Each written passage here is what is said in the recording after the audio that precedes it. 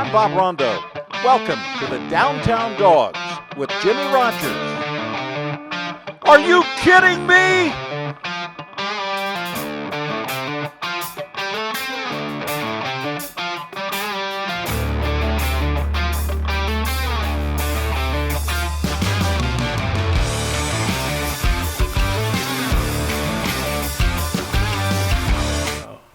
Did you, when you came up to recruited, when you were up for that weekend with Anthony and Aaron, did you get the feeling they were going to go to the Rose Bowl, the Huskies, that year? Anthony told me. Yeah. Yeah. Yeah. He said, "You come here, we're going to the Rose Bowl." Yeah. He said, "If you don't, we're going to kick your butt wherever you go." Yeah. If you're in the Pac-10, that's what he told me. The confidence. He said, "We're going to take you to 2 Rose Bowl. You come here." Yeah. He said, "That's my last 2 years." He said, "After that, it's on you." I said, "Okay, Anthony. All right. Okay." Wow. Yeah. So you come back for a sophomore season, 222 carries, but you missed 3 games. Is that right? First 3 games? No, I think I had 6 carries. Yeah, you didn't get many carries. No. So and those games we were 40 to 40 nothing. Blowouts. Yeah. So you come out, you're all Pac-10 the next year, 222 carries. And can't get 10 carries in a ball game because Don wanted to spread the ball around, and then the asterisk to that season was it 35 carries against Texas Tech? 36, yeah. 36 carries. They had Senior Sack, a #1 draft choice by the Pittsburgh Steelers. Yeah. Rest in peace. He was a beast. I mean, 35 carries in that game. You know, that's still interesting, isn't it? Yeah. And what was this? What 13-3 game? Close game. Yeah. Yeah. That was a nail biter. It was down to 3-3. I think going into the 4th quarter. 200 plus yards. Wow. Okay, so here's the big. You couldn't pass the ball at that time. Yeah. It was storming, raining. So the brother. Right. So but Senior Sack went down the line. He made sure we couldn't pass. He picked on every lineman. Yeah. Like they were Couldn't children. block it. They couldn't block him. They couldn't block him. Everybody was afraid of him. They couldn't And you block still him. get 200 plus yards. And he was going this way. I was going. Yeah. He was going this way. I was going that way. So with that in mind, if you could transfer, if they had the transfer rule in back then, would you have considered transferring out? No, not that year. Not that year. Okay, No, we'll come back to it then. Yeah, we'll come back to it then. That was the junior year. You remember? Yeah. I think you might have saved me from going right? anywhere. I don't know if you remember. I was it was my junior year when I was running a mile before each practice. Yep. To get my weight down, to get my weight back. Yep. So before 2-a-days, I run a mile before the first 2-a-day practice and a mile before the second 2-a-day practice. And I guess and everybody else was dying just from 2-a-days, and I had to do that. And then I guess I was still doing it and doing it too easy. So he said, well, he has to do it within in 6 minutes. So now I had to run that mile in 6 minutes. I'm like, because everybody had to run that when you came in. You had to run it, you had to run it under 6 minutes. Remember that? So he had me doing that now. Right. So not just a mile now. Now it's a 6-minute one I have to do before that. So. And I remember I was getting pissed off, and I'm thinking like, okay. Yeah. I got to call home. So I had to call moms, so moms, telling, what's going on, the coaches, this is what's happening. She said, and? She said, son, you never quitted nothing in your life. So you going to quit now? I said, no, Mom, I just need to hear that.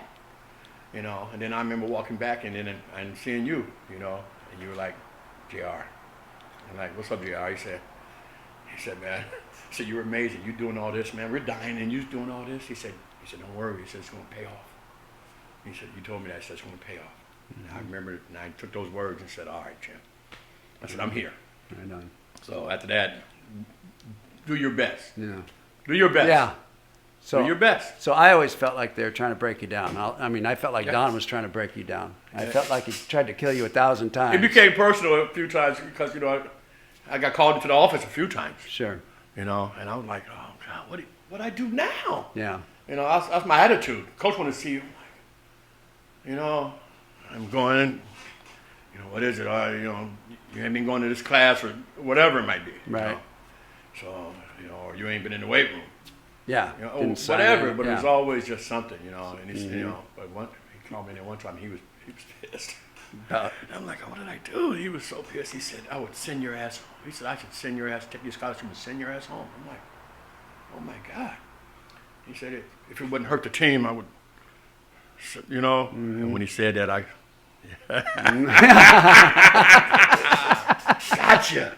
I said, okay. I started thinking, I said, how you going to explain that to the alumni? Yeah, I sent Jacque home, and we just got Cookie and Sterling, and you know, so I was thinking that. I'm like, okay. You know, I mean, he probably figured he didn't know I was a child of God. I know he didn't know that. He didn't know I grew up in the church my whole life. You know, he didn't know that. He didn't know I was that type of person.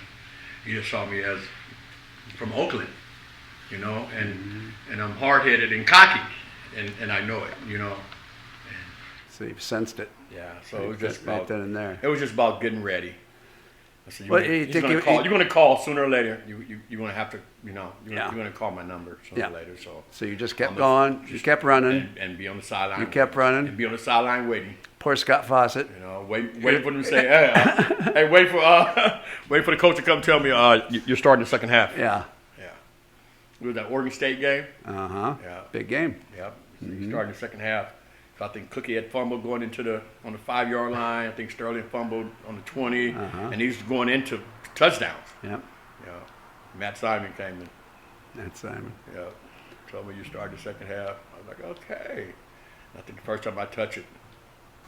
Wow. So you go through that whole process with the 48 carries. Your junior year, I don't know if you realize this, but your average that year was 6.2. So you had some big runs.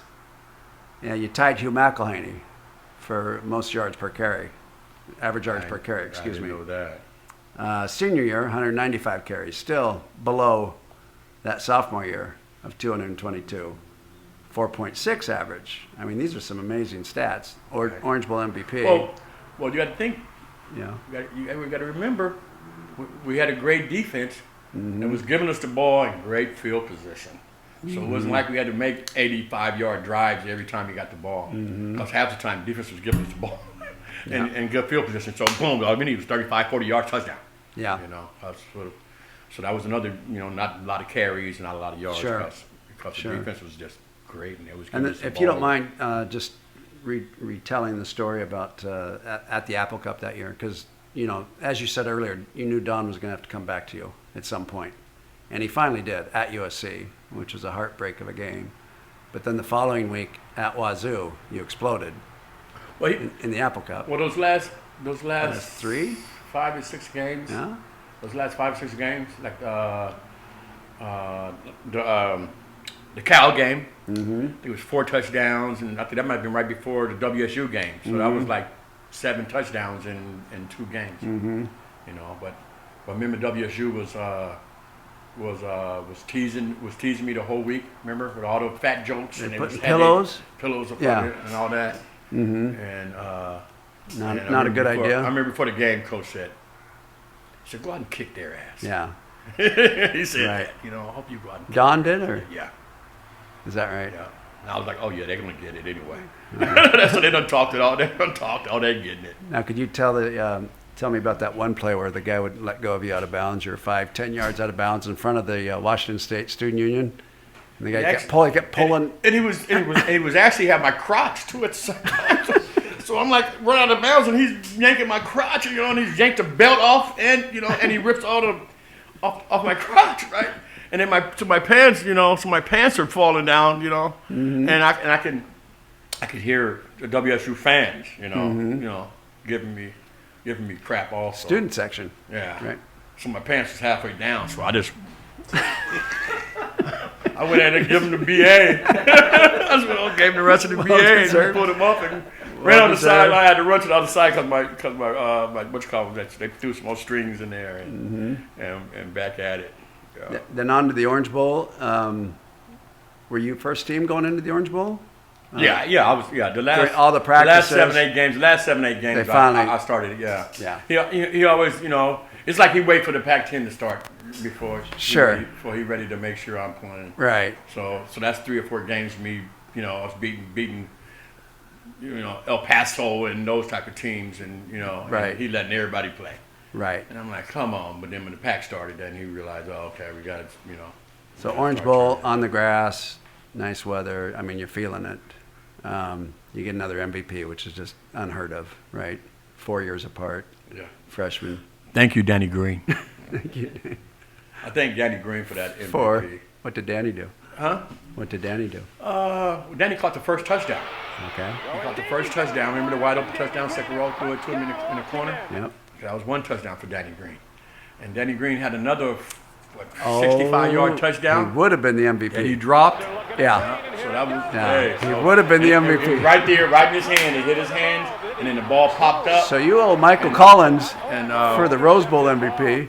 and Danny Green. And Danny Green for the Orange Bowl MVP. I tease Danny Green every time, all the time about that. He just kind of went like, oh, that's it. Did you have a favorite play or a most memorable play in that game or moment? In the Orange Bowl? Yeah. Believe it, the most memorable play was when Hugh Millen came in the game. Okay. So he comes in the game, and he has this look on his face, like you know what I'm saying? Not confident. Yes, I'm like, and so the first play, he's handed the ball off to me, and here we are, we're on the 20-yard line going this way, and he comes in, and Muru calls the play, and he gets up under it and gets the ball, and he puts it on my hip, and boom, fumble.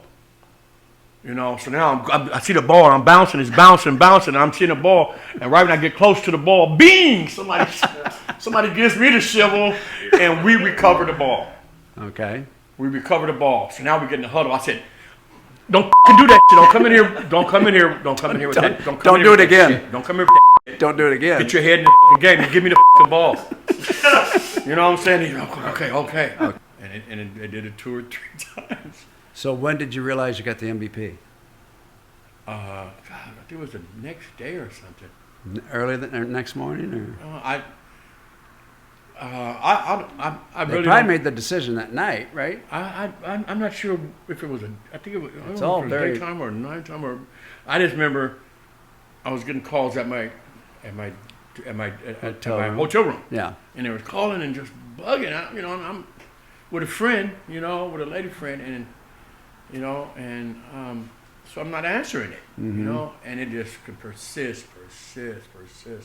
So then I just started picking it up and hanging it up. And then they called back, pick it up, and hang it up.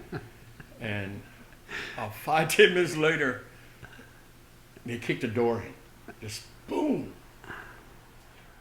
And it's like security, with their blazers and all that. And Orange Bowl officials? And then the officials come in too, and I'm like, whoa. And the girl, she's like, so she don't put the thing over her head, And I'm laughing, I'm laughing. So I'm laughing, like, laughing. What's going on? Oh. We're like, man, get dressed, man. They having an Orange Bowl presentation. You got the most valuable player and all that. I'm like, what? I'm like, oh, okay. Well, give me a few minutes, So they're calling you to tell you you're the MVP, and you're hanging up the phone. Has anybody in this room experienced that? When somebody's calling you and you're doing something and you're busy, and I was why is that phone ringing? I was thinking more about the MVP call. That doesn't happen very often. Didn't matter. It was just a call. It's a call. I didn't know who it was. It was just a call. It was just a call. Oh.